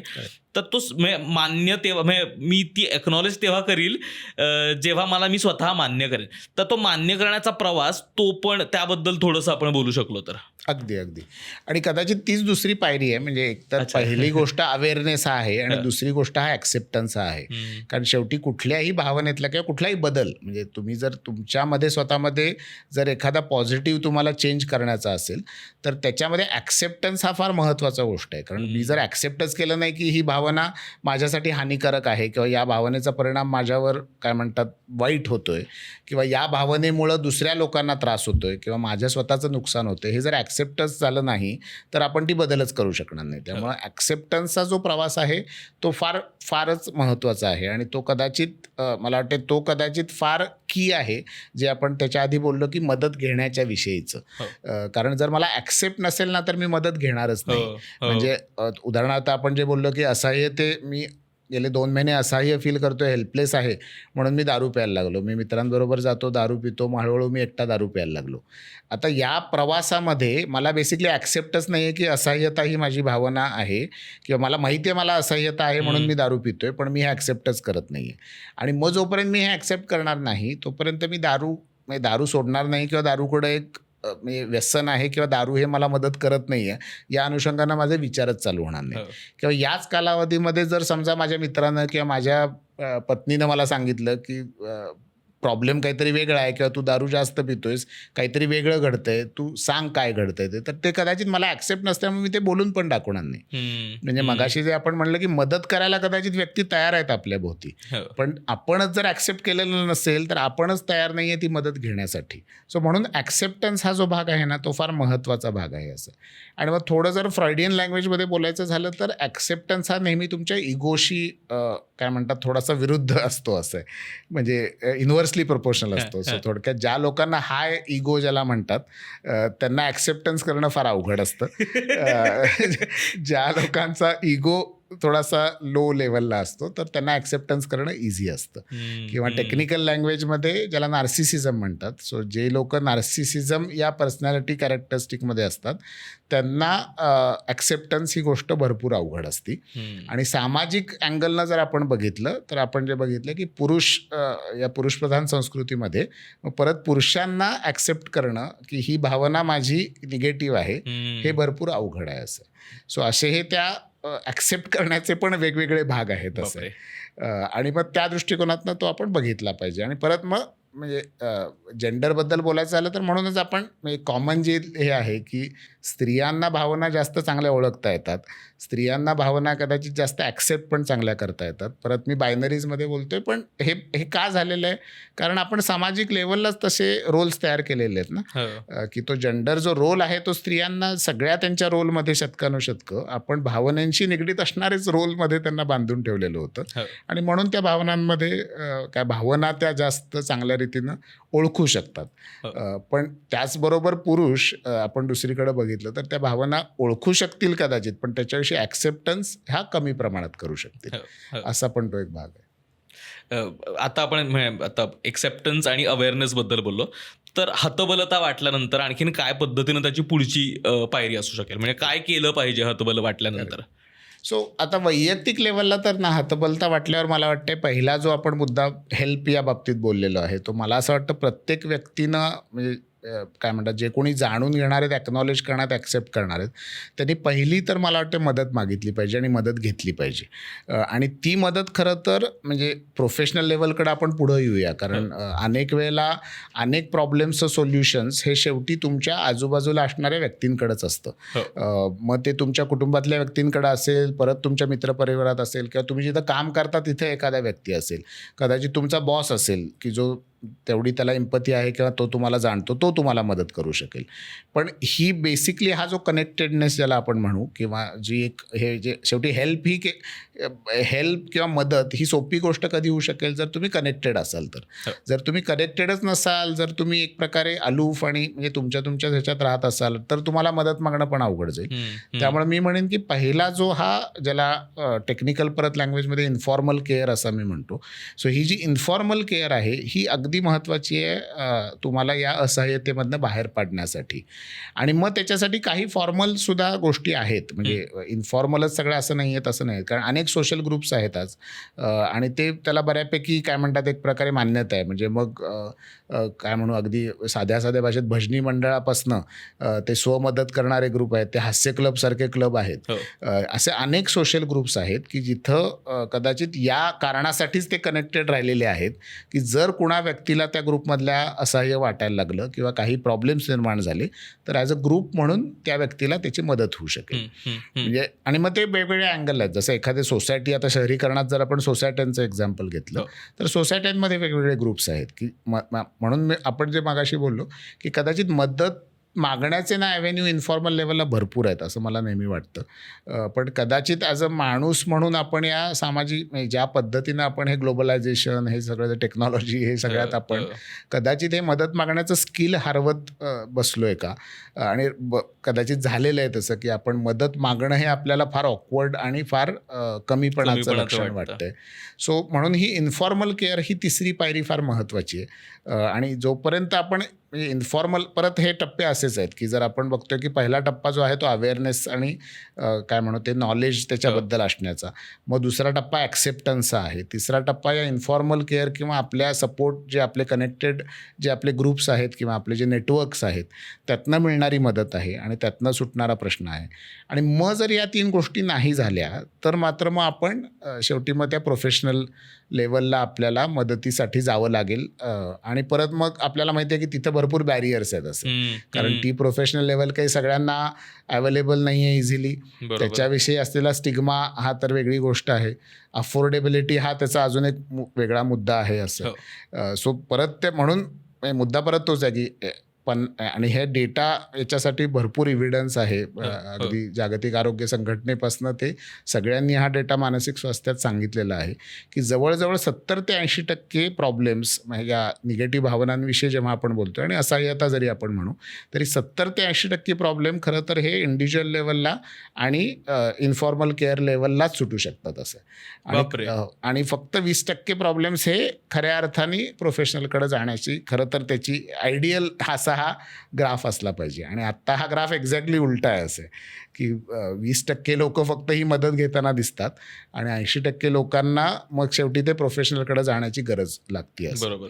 आता आपण हे इन्फॉर्मल सर्कल्समध्ये ज्यावेळेस ही मदत म्हणतो त्यावेळेस हा जो काही सपोर्ट ग्रुप आहे, म्हणजे आता गरज नाही आहे की मला आत्ता मी स्वतः त्या भावनेतनं चाललो आहे आणि मला मदतीची गरज आहे वगैरे, पण माझ्या आजूबाजूला लोक आहेत किंवा मला वाटतं आहे मला मी भावाला स्ट्रगल करताना बघतो आहे की तो हतबल वाटतो आहे, त्याच्या पुढचे चॅलेंजेस मला दिसत आहेत, मला माझ्या आईची हतबलता दिसते काहीतरी गोष्टींमधली, मी काय पद्धतीनं त्यांना मदत करू शकतो. त्याच्यामुळे आपले जे क्लोज सर्कल्स आहेत, आपले जवळचे मित्र आहेत, आपले जवळचे कोवर्कर्स आहेत, फॅमिली आहे, या सगळ्यांचा त्या हतबलतेमधनं बाहेर काढण्यासाठीचा किती मोठा रोल असू शकतो. एक्झॅक्टली. सो अगदी मोठा रोल असू शकतो. जसं मी म्हटलं तसं की जागतिक आरोग्य संघटनेनं पण हे मान्य केलेलं आहे की हा रोल फार मोठा आहे. आणि जोपर्यंत आपण हा रोल सामाजिक लेवलला म्हणा किंवा सामाजिक लेवललाच किंवा प्रत्येक स्पेसेसमध्ये, म्हणजे ते कुटुंब असेल, तुमचे काय म्हणतो कम्युनिटी ग्रुप्स असतील, सोशल ग्रुप्स असतील किंवा वर्कप्लेस लेवलचे ग्रुप्स असतील, तिथं जोपर्यंत हा प्रसार म्हणजे हे नॅरेटिव्हच बेसिकली बदलणार नाही तोपर्यंत तो पुढं जाणार नाही. आणि याचा कन्सेप्ट जो ऑलरेडी आखून दिलेला आहे जागतिक आरोग्य संघटनेनं तो मेंटल हेल्थ फर्स्ट एड किंवा सायकोलॉजिकल फर्स्ट एडचा आहे. शारीरिक आजारांमध्ये ही फर्स्ट एड आपल्याला सगळ्यांना माहिती आहे की इथं लागलं, मला जखम झाली तर माझ्याकडं बँडेड आहे, पट्टी आहे, ती मी लावतो. मला जर अगदी आता तर म्हणजे हार्ट अटॅक कुणाला येत असेल तर कसं CPR कसा तो हे द्यायचा ते पण आजकाल सगळ्यांना माहिती आहे आणि ते बऱ्यापैकी त्याचं ट्रेनिंग अनेक ठिकाणी आपण करतो. ही इन्फॉर्मलच केअर आहे ना, ही जी फर्स्ट एड आहे शेवटी ही इन्फॉर्मल केअर आहे. मग तशीच इन्फॉर्मल केअर आपण मानसिक स्वास्थ्यामध्ये पण देऊ शकतो आणि त्याची मॉडेल्स परत जगभरात तयार झालेली आहेत. असं याच्यात काय बेसिक गोष्टी आहेत या फर्स्ट एडमध्ये, तर बेसिकली 2 ते 3 प्रामुख्यानं गोष्टी आहेत. पहिली महत्त्वाची गोष्ट आहे ती म्हणजे ॲक्टिव्ह लिसनिंग ज्याला म्हणतात. जोपर्यंत तुम्ही त्या व्यक्तीला ज्याला असहाय्यता आहे, जो त्या भावनेतनं जातोय, त्याच्याशी जोपर्यंत तुम्ही त्याला ॲक्टिव्ह लिस्निंग म्हणजे बेसिकली काळजीपूर्वक तुम्ही त्याचं बोलणं ऐकून घेणार नाही, जोपर्यंत तुम्ही कुठलीही जजमेंट पास करणार नाही, म्हणजे तुम्ही नॉन जजमेंटली त्या व्यक्तीचं जेव्हा बोलणं ऐकून घ्याल तेव्हा तिथंच 50% त्या व्यक्तीला इन्फॉर्मल केअर किंवा मदत मिळते असं, आणि हे सिद्ध झालेलं आहे सायंटिफिकली. त्यामुळे याच्यात म्हणजे आणि हे स्किल खरं तर काही असं फार अवघड आहे का, तसं फार अवघड नाही आहे स्किल. खरं तर कारण तुम्ही एक काय म्हणतात समाजामध्ये मित्रमैत्रिणींमध्ये जेव्हा गप्पा मारता तेव्हा अनेक वेळेला तुम्ही ॲक्टिव्हली लिसन करत असता. सो हे स्किल जर तुम्ही वापरलं ॲक्टिव्ह लिसनिंगचं तर त्या व्यक्तीला त्या इन्फॉर्मल केअरमध्ये या सिम्पल एका स्किलमुळं ती मदत मिळू शकेल.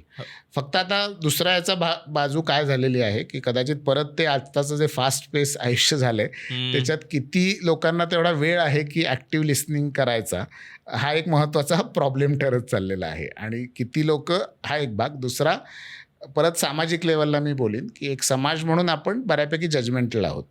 एक समाज म्हणून आपण व्यक्तीला माणसाला एकाच वेगवेगळ्या चौकट्यांमध्ये उभं केलेलं आहे. मग ती चौकट अगदी जेंडरपासून चालू होती, ती क्लासमध्ये असती, ती माझ्या कास्टमध्ये असती, ती माझ्या रिलिजनमध्ये असती, आणि मग या चौकटींमुळं पण मी जजमेंट्स माझे ठरलेले असतात आणि मग ॲक्टिव्ह लिसनिंग जमणार नाही. म्हणजे मी जर माणूस म्हणून माणसाला जर बघायला शिकलो नाही तर मला ॲक्टिव्ह लिसनिंग जमणार नाही. आणि जसं प्रोफेशनली आम्ही म्हणतो की काउन्सिलरचा पहिला की काउन्सिलरकडे काय स्किल असलं पाहिजे तर नॉन जजमेंटॅलिटी.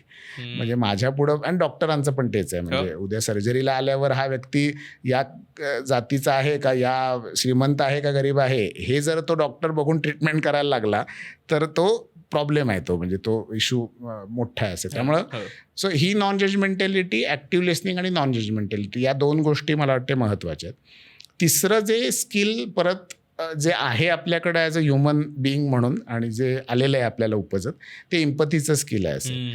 आणि परत कदाचित ते आपण हरवत चाललेलो आहोत.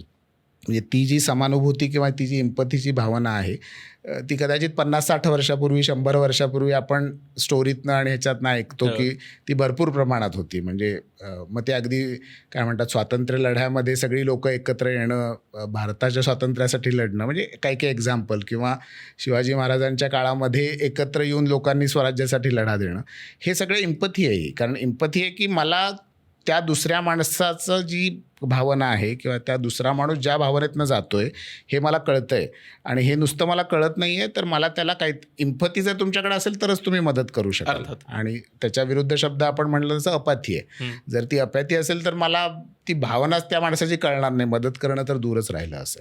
सो इम्पथी ही तिसरी गोष्ट आहे, किंवा त्याला स्किल मी म्हणू शकत नाही, कारण इम्पथी खरं तर उपजत तुमच्याकडं प्रत्येकाकडं आहे. म्हणजे अगदी परत त्याच्यात 1-2% लोक सोडले तर 97-98% लोकांकडे इम्पथी आहे.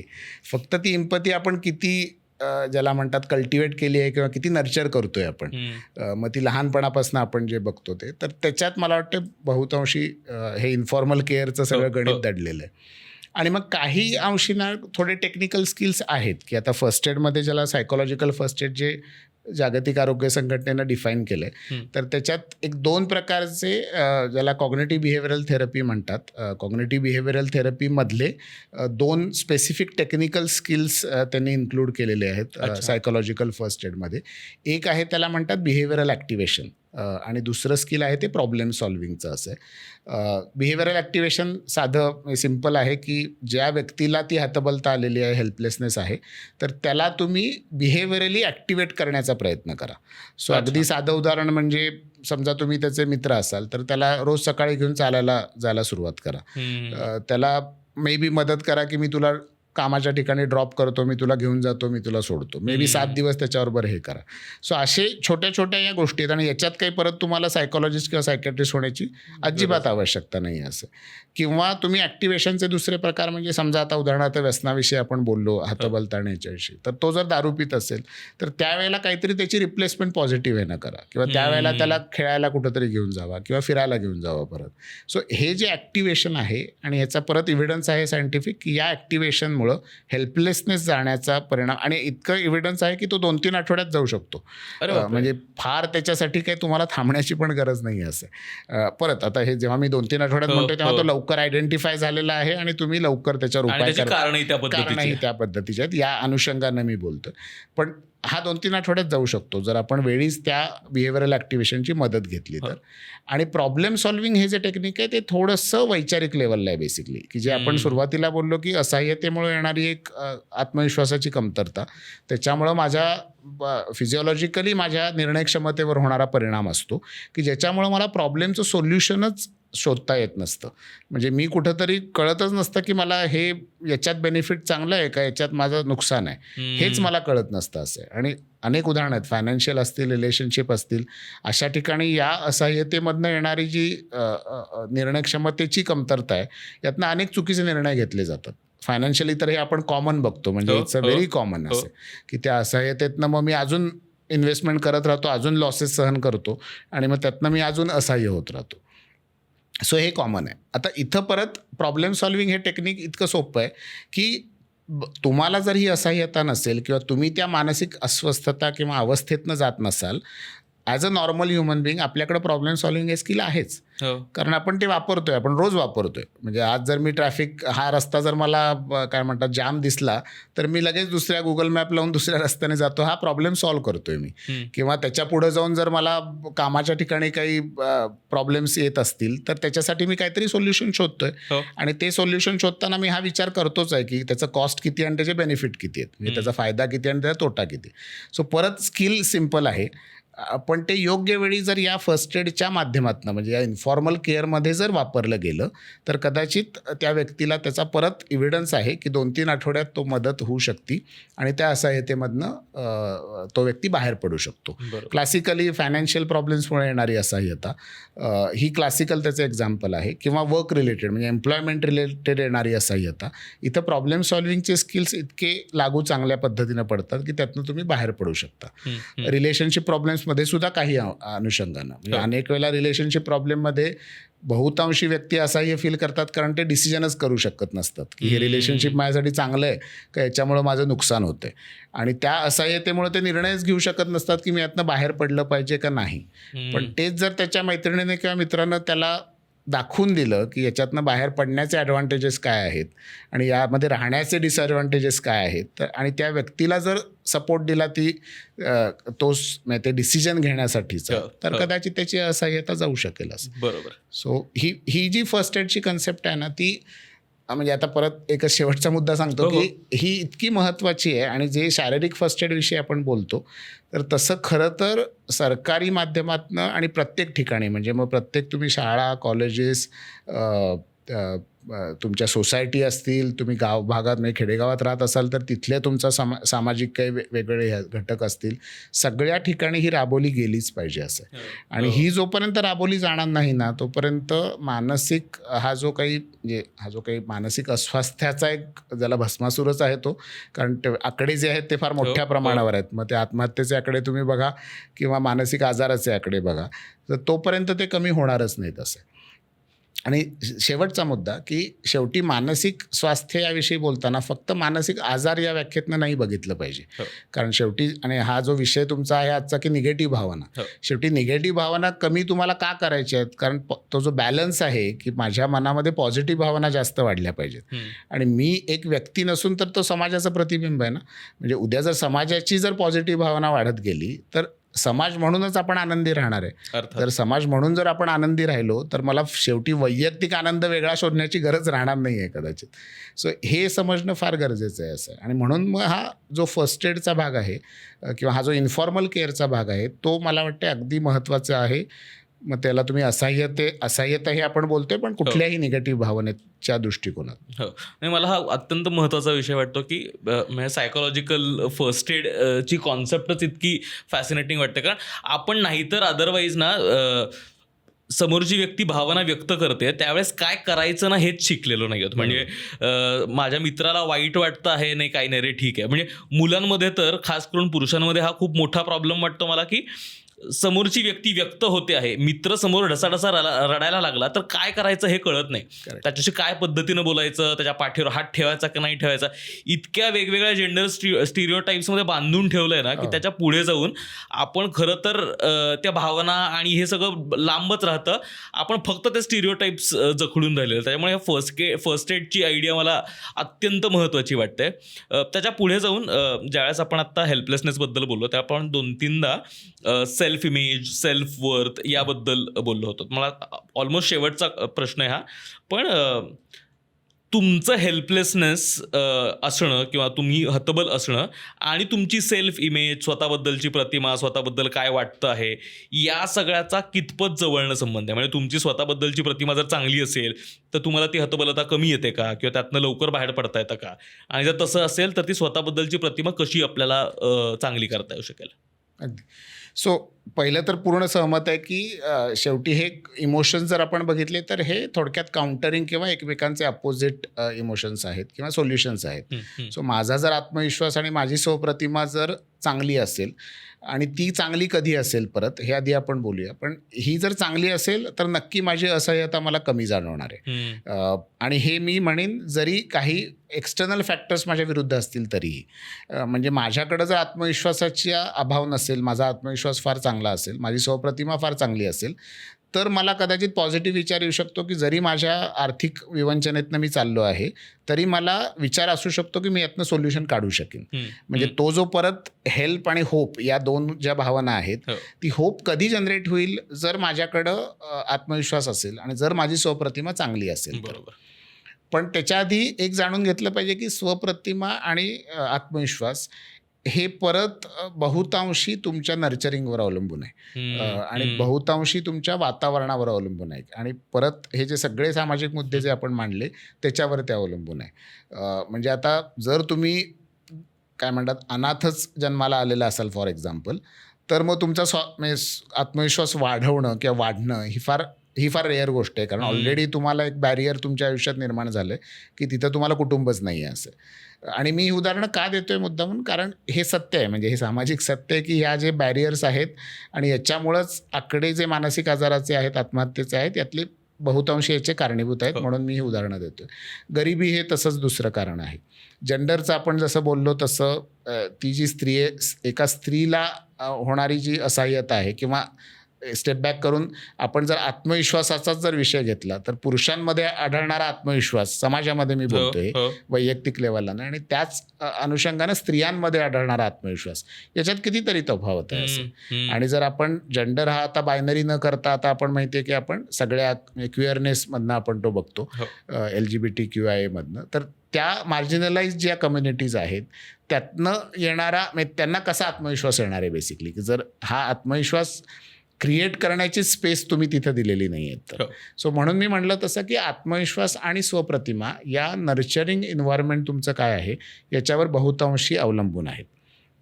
आता जर आपण ऑब्व्हियसली पुढे जाऊन जो मोठा वर्ग आहे की जो लहानपणी आहे, त्यांना आईवडील आहेत, त्यांना काय म्हणू की बऱ्यापैकी आर्थिक त्यांची परिस्थिती आहे, असा जर वर्ग आपण बघितला तर तिथं हा आत्मविश्वास आणि स्वप्रतिमा ही पूर्णपणे तुम्हाला कसा काय म्हणतात त्याला सेफ्टी आणि कम्फर्ट मिळतो याच्यावर अवलंबून आहे.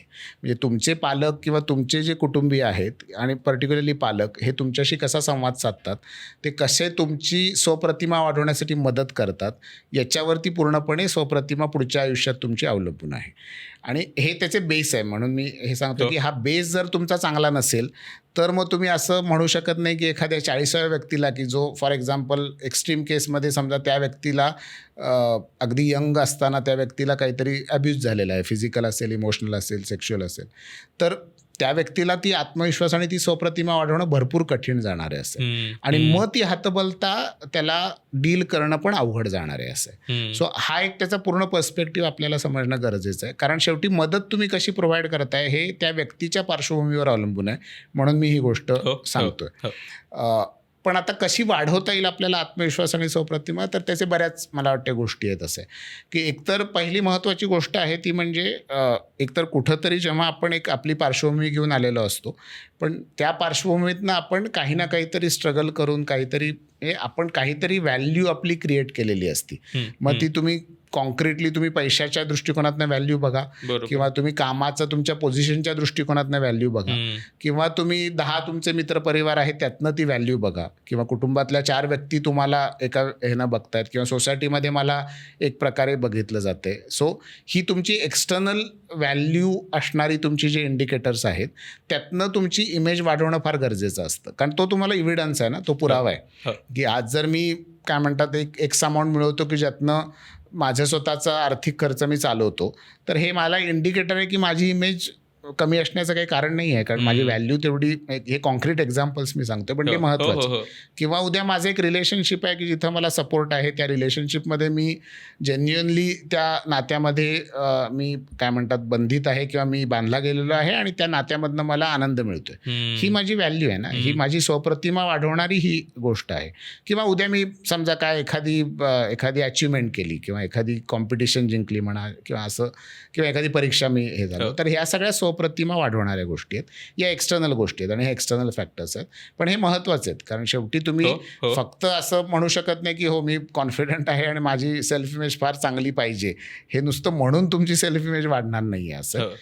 पण हे बोलताना हे म्हणणं पण गरजेचं आहे. आता म्हणजे हा जो इंटरनल मुद्दा आहे, हे सेल्फ ॲक्नॉलेजमेंट करणं पण गरजेचं आहे. सो अनेक लोक जी म्हणजे आमच्याकडं प्रोफेशनली जी येतात माझ्याकडं, त्याच्यातनं आम्ही असं बघतो की अनेक लोकांना पैसा ते मिळवत असतात, त्यांचे नातेसंबंध चांगले असतात, पण ते ॲक्नॉलेजच करत नसतात की हे सगळं बरोबर आहे असं, किंवा हे सगळं चांगलं चाललेलं आहे. आणि त्यातनं माझ्या शेवटी स्वप्रतिमा म्हणजे काय की मी त्याला कुठंतरी एक जो आपला बेस झाला, पण आज मी काय करायला पाहिजे की त्याला काहीतरी खतपाणी घालायला पाहिजे ना, नाहीतर ती स्वप्रतिमा डाऊन होत जाईल जर मी त्याला निगेटिव्ह खतपाणी घातलं तर. म्हणजे असहाय्यता ही शेवटी निगेटिव्ह त्याचं काय म्हणतात त्याला, त्या स्वप्रतिमा जर आपण एक झाड किंवा वृक्ष बघितलं तर असहाय्यता ही ॲक्च्युली तो रोग आहे त्याला लागलेला, किंवा ते कीड आहे त्याला लागलेली, आणि ती जर आपल्याला घालवायची असेल तर आपल्याला कुठंतरी सेल्फ ॲक्नॉलेजमेंट, सेल्फ व्हॅल्यू याची आपल्याला स्वतःला त्याला अफर्मेशन्स म्हणतात टेक्निकल लँग्वेजमध्ये, की ती अफर्मेशन्स आपल्याला देत राहायला लागणार आहेत. आणि जोपर्यंत ती अफर्मेशन्स आपण देणार नाही तोपर्यंत आपली स्वप्रतिमा वाढणार नाही, आत्मविश्वास वाढणार नाही, आणि जोपर्यंत आत्मविश्वास आणि स्वप्रतिमा वाढणार नाही तोपर्यंत असहाय्यता आपली जाणार नाही. त्यामुळं हा एकदम महत्त्वाचा मुद्दा आहे की इंडिव्हिज्युअल लेवलला हे प्रत्येकानं केलंच पाहिजे. असं म्हणजे इन्फॉर्मल केअर हा शेवटी एक्सटर्नल भाग आहे, पण तुम्ही स्वतःची केअर तुम्ही कशी करता ह्याच्यावर पण असहाय्यता कशी जाईल हे एकदम महत्त्वाचा मुद्दा. मला खरं तर हतबलतेबद्दल बोलताना स्वतःवरती काम करणं हा अत्यंत म्हणजे आजच्या सगळ्या कॉन्व्हर्सेशनमधला हा महत्त्वाचा मुद्दा वाटतो, की म्हणजे कदाचित आपल्या आयुष्यात वेगवेगळ्या टप्प्यावरती वेगवेगळ्या गोष्टी येणार आहेत ज्याच्यावरती आपला कंट्रोल नसणार आहे अल्टिमेटली. तर त्या सगळ्यामध्ये तुम्हाला एकच गोष्ट तारून नेणार आहे, ते म्हणजे तुम्हाला स्वतःविषयी काय वाटतं आणि तुम्ही स्वतः त्या परिस्थितीला तोंड देऊ शकणार आहात का, त्यातनं बाहेर निघू शकणार आहात का, याबद्दलचा आत्मविश्वास तुमच्याकडे आहे का. त्याच्यामुळे जर ती हतबलता आत्ता नसेल तर कदाचित उद्या येणार आहे, परवा येणार आहे, कुठल्या तरी वेगवेगळ्या टप्प्यावरती आपल्याला ती जाणवत राहणार आहे.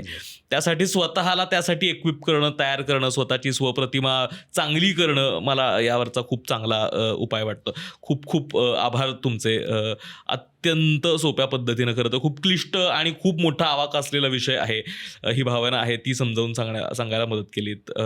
आणि आजच्या या संपूर्ण कॉन्व्हर्सेशनमध्ये मला एक खूपच आवडलेली आणि लक्षात राहिलेली गोष्ट ती म्हणजे मदतीविषयीची, की आपण खूपच नकारात्मक पद्धतीनं मदतीकडे बघतो, कमीपणाचं वाटतं. मी स्वतःही खूप काळ एक ती व्यक्ती होतो ज्याला मदत मागायला कमीपणा वाटायचा. आता अर्थात नाही येतो, पण खूप अत्यंत चांगली गोष्ट आहे मला वाटतं मदत मागणं. म्हणजे आपण कम्युनिटी म्हणून, माणसं म्हणून जी एकमेकांसोबत जोडलेली आहोत, हे तेच कारण आहे आपण मदतीनेच पुढे आलेलो आहोत. म्हणजे आपण काही असे वाघासारखे चपळ नाही आहोत, आपल्याकडे काही मोठ्या ॲबिलिटीज नाही आहेत. आपण हे एकमेकांना मदत करून त्या सौख्यातनंच आपण इथपर्यंत आलेलो आहोत. त्याच्यामुळे मदत मागणं यात अजिबात कमीपणा नाही आहे आणि ते तुम्हाला तुमच्या सेल्फ इमेजला अजिबातच धक्का देणारं नाही आहे. तर खूप खूप आभार तुमचे.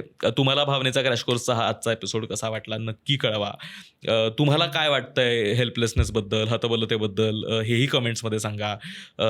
या एपिसोडची मदत झाली का हेही कळवा. तुम्हाला जर वाटत असेल की हा एपिसोड कोणी पाहावा, त्यांच्यापर्यंत जरूर पोहोचवा, कदाचित त्यांना याची मदत होईल. खूप खूप आभार. धन्यवाद. लो बसावा.